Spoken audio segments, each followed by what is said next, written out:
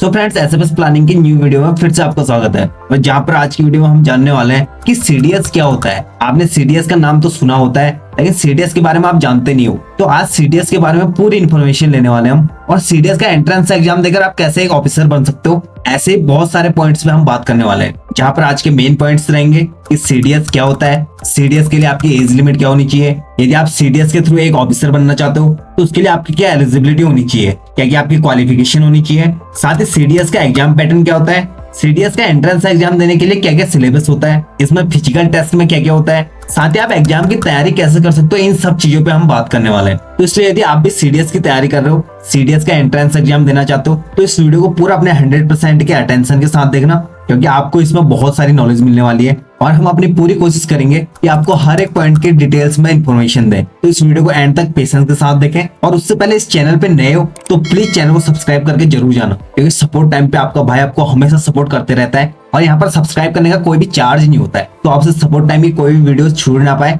तो make sure करके आप सब्सक्राइब करके और नोटिफिकेशन पे क्लिक जरूर करें। तो आपका बिना टाइम वेस्ट किए आज की वीडियो को स्टार्ट करते हैं, इसके स्टेप बाय स्टेप इन्फॉर्मेशन लेते हैं। सबसे पहले जल्दी से जान लेते हैं कि सीडीएस का फुल फॉर्म क्या होता है। यहाँ पर सीडीएस का फुल फॉर्म होता है कंबाइंड डिफेंस सर्विसेज, और कंबाइंड डिफेंस सर्विसेज को हिंदी में संयुक्त सेवा रक्षा कहा जाता है। और सीडीएस का एग्जाम यूपीएससी कंडक्ट करती है, जो कि साल में 2 बार होता है। और यहाँ पर यूपीएससी का पूरा नाम होता है यूनियन पब्लिक सर्विस कमीशन। जैसे कि मैंने बताया कि सीडीएस का एग्जाम साल में 2 बार कंडक्ट किया जाता है, और जो इसका एंट्रेंस एग्जाम होता है वो थोड़ा सा हार्ड होता है। और जो आपको सीडीएस के थ्रू पोस्ट मिलती है और आप कौन कौन से ऑफिसर बन सकते हो, उसके बारे में थोड़ा सा जानते हैं। तो सीडीएस के थ्रू आप इंडियन एयरफोर्स एकेडमी को ज्वाइन कर सकते हो, इंडियन मिलिट्री एकेडमी को ज्वाइन कर सकते हो, इसके साथ ही इंडियन नेवल एकेडमी को और ऑफिसर्स ट्रेनिंग एकेडमी को ज्वाइन कर सकते हो। आप ये समझ के चलिए कि सीडीएस का एग्जाम सेम एनडीए की तरह होता है। यदि आप एनडीए के बारे में जानते हो, मतलब नेशनल डिफेंस एकेडमी, तो आप सीडीएस के प्रोसीजर को अच्छे से समझ जाएंगे। और यदि आप एनडीए के बारे में नहीं जानते हो, तो इस वीडियो को जस्ट देखने के बाद हमारे चैनल पे एनडीए की वीडियो ऑलरेडी पड़ी हुई है, आप वहां पर जाके जरूर देखें और एनडीए की इन्फॉर्मेशन भी जरूर लें। तो यहाँ पर भी आप सीडीएस का एग्जाम देके इंडियन मिलिट्री, इंडियन एयरफोर्स और नेवी जैसी पोस्ट को आप ज्वाइन कर सकते हो। मतलब जैसे हम एनडीए के थ्रू इन तीनों फोर्सेस में से किसी एक फोर्स को ज्वाइन कर सकते हैं, उसी तरह सीडीएस का एग्जाम देके आप किसी एक फोर्स को ज्वाइन कर सकते हो। यहाँ पर जो सीडीएस का एग्जाम होता है वो ज्यादातर ग्रेजुएट वालों के लिए होता है, मतलब जो ग्रेजुएशन कर चुके हैं वो सीडीएस का एंट्रेंस एग्जाम दे सकते हैं। अभी हम आगे बात करने वाले हैं कि इसकी एलिजिबिलिटी वगैरह क्या क्या होती है, तो आप स्टेप बाय स्टेप देखते जाइए। तो यहाँ पर आप एलिजिबिलिटी की बात कर लेते हैं कि यदि आप सीडीएस का एंट्रेंस एग्जाम देना चाहते हो और यहीं से किसी एक फोर्स को ज्वाइन करना चाहते हो, तो यहाँ पर आपकी क्या क्वालिफिकेशंस होनी चाहिए, उसके बारे में थोड़ा सा डिस्कस कर लेते हैं। तो जैसे कि मैंने अभी कहा कि यहाँ पर ग्रेजुएट स्टूडेंट अप्लाई कर सकते हैं, मतलब आपने 12th पास किया है, उसके बाद आप ग्रेजुएशन भी कर चुके हो, तो आप यहाँ पर सीडीएस के थ्रू अपना एग्जाम देके इन फोर्सेस को ज्वाइन कर सकते हो। और जो अभी 12th में है या फिर 16.5 साल से 19 साल के बीच की एज के हैं, तो वो जरूर एनडीए के थ्रू ज्वाइन करें, क्योंकि मैंने आपको पहले भी बताया कि सीडीएस का भी सेम प्रोसेस एनडीए की तरह होता है, लेकिन यहाँ पर सीडीएस ग्रेजुएशन के स्टूडेंट के लिए कंडक्ट किया जाता है, क्योंकि जो ग्रेजुएट स्टूडेंट है उनकी एज 19 साल से अधिक हो जाती है, तब जाके उनके पास सीडीएस का रास्ता बचता है, जहाँ पर वो अपना सीडीएस का एंट्रेंस एग्जाम देके इन फोर्सेस को ज्वाइन कर सकते हैं। तो जिसने अभी 12th पास किया है और जो 16.5 से 19 साल के बीच में है, उन्हें मैं जरूर ये सजेस्ट करूंगा कि यदि आप एक ऑफिसर बनना चाहते हो तो जरूर आप एनडीए के थ्रू जाओ। और जो यहाँ पे सीडीएस के लिए ग्रेजुएट स्टूडेंट की क्वालिफिकेशन होनी चाहिए, वो इंडियन मिलिट्री के लिए ग्रेजुएट होना जरूरी हो, और सब्जेक्ट आपके 12th में पीसीएम होना जरूरी है। और जो सेकंड इंडियन एयरफोर्स के लिए है, वहां पर आपकी 12th में पीसीएम स्ट्रीम होनी बहुत जरूरी है, मतलब फिजिक्स, केमिस्ट्री, मैथ सब्जेक्ट से आप पास आउट होने चाहिए। और जो यहाँ पर आपका ग्रेजुएशन है वो बैचलर ऑफ इंजीनियरिंग से होना जरूरी है। और जो हमारी तीसरी फोर्स है वो होती है इंडियन नेवल एकेडमी, जहाँ पर आपका ग्रेजुएशन इंजीनियरिंग के थ्रू होना जरूरी है। तो इन तीनों फोर्स को यदि आप ज्वाइन करना चाहते हो तो आपकी ग्रेजुएशन कुछ स्टेप्स होनी चाहिए। तो अब अपनी नेक्स्ट पॉइंट की बात कर लेते हैं, जहाँ पर हम बात करेंगे यहाँ पर एज लिमिट क्या होनी चाहिए। तो यहाँ पर आपकी अलग अलग पोस्टिंग के अकॉर्डिंग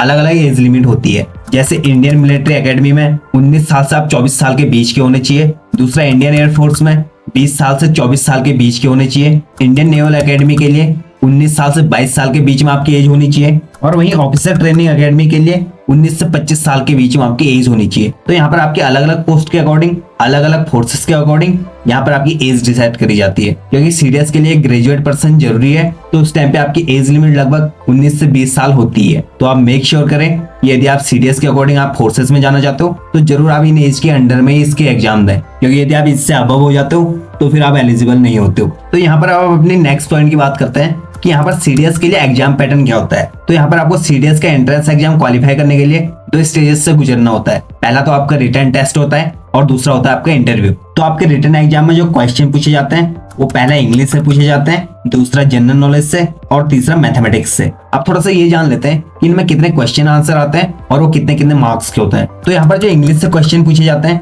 वो क्वेश्चन 120 होते हैं और जहाँ पर आपका टाइम ड्यूरेशन होता है 2 घंटे और इंग्लिश के जो टोटल मार्क्स होते हैं वो 100 मार्क्स होते हैं। वैसे जनरल नॉलेज में भी सेम इंग्लिश की तरह क्वेश्चन आते हैं, मतलब जनरल नॉलेज में 120 क्वेश्चन आते हैं और जो कि 100 मार्क्स के होते हैं। साथ ही आपका जो टाइमिंग होता है वो भी 2 घंटे का ही होता है। और मैथमेटिक्स में थोड़ा सा अलग है, मतलब यहाँ पर आपके क्वेश्चन थोड़ा कम होते हैं। मैथमेटिक्स में 100 क्वेश्चन आते हैं और जो कि 100 नंबर के होते हैं। साथ ही इसका भी ड्यूरेशन 2 घंटे का होता है। देखिए सीडीएस में मेल कैंडिडेट तो हर एक पोस्ट के लिए जा सकता है, मतलब वो हर एक पोस्ट के लिए एलिजिबल है। वहीं हम बात करें एक फीमेल कैंडिडेट की तो वो केवल ओटा पोस्ट के लिए जा सकता है, जहाँ पर उनका एग्जाम पैटर्न भी सेम ऐसे ही होता है, मतलब वहां पर भी इंग्लिश से क्वेश्चन पूछे जाते हैं और जनरल नॉलेज से, और जो मार्क्स वगैरह होते हैं वो सेम प्रोसेस जो हम आपको बता चुके हैं वही होता है। तो यदि आप सीडीएस का एग्जाम देने जाते हो तो केवल इतना ही डिफरेंस है कि यहाँ पर मेल कैंडिडेट तो हर एक पोस्ट के लिए एलिजिबल है, लेकिन फीमेल कैंडिडेट केवल ओटा में ही जा सकते हैं। इतनी बात अपनी ध्यान में जरूर रखना। और सीडीएस के रिटन एग्जाम में नेगेटिव मार्किंग भी होती है, तो अपने हर एक क्वेश्चन को ध्यान से ही करना।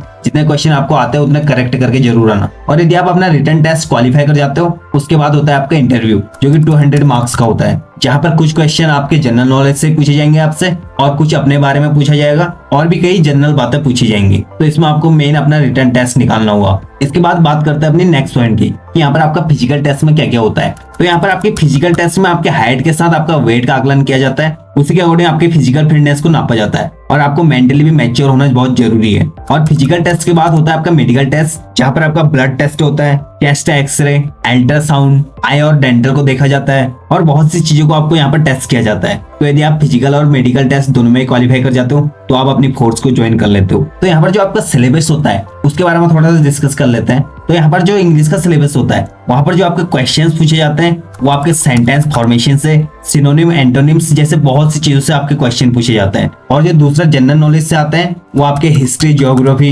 इकोनॉमिक्स, साइंस एंड टेक्नोलॉजी, साथ ही पॉलिटिक्स और जनरल साइंस जैसे बहुत से टॉपिक से आपसे क्वेश्चन पूछे जाते हैं। और जो लास्ट मैथमेटिक्स से क्वेश्चन पूछे जाते हैं वहां पर आपकी ट्रिगोनोमेट्री, ज्योमेट्री इक्वेशंस, पॉलिनोमियल्स जैसे बहुत से टॉपिक्स से यहाँ पर भी क्वेश्चन पूछे जाते हैं। तो कुछ इस टाइप से सीडीएस का सिलेबस होता है, जहाँ पर आपको मेहनत तो करनी होगी। और यदि आप सीडीएस के थ्रू ऑफिसर बनना चाहते हो तो उसके लिए कुछ इस टाइप का सिलेबस होता है। तो जब आप सीडीएस का एंट्रेंस एग्जाम क्लियर कर जाते हो उसके बाद जब आप क्वालिफाई हो जाते हो तो आपकी होती है ट्रेनिंग। और जो ट्रेनिंग होती है वो अलग अलग फोर्सेस के लिए अलग अलग ड्यूरेशन की होती है। जहाँ पर इंडियन मिलिट्री के लिए 1.5 साल का ड्यूरेशन होता है, वहीं एयरफोर्स के लिए 2 साल का, और जो इंडियन नेवल एकेडमी है उसके लिए 3 साल का टाइम ड्यूरेशन होता है, जहाँ पर आपके ट्रेनिंग के दौरान आपको स्टाइपेंड भी दिया जाता है। तो आज की वीडियो में हमने सब यही बात करी कि सीडीएस क्या होता है और सीडीएस के थ्रू आप फोर्सेस को कैसे ज्वाइन कर सकते हो। इन सब चीजों की इन्फॉर्मेशन आज की इस वीडियो में हमने आपको दी।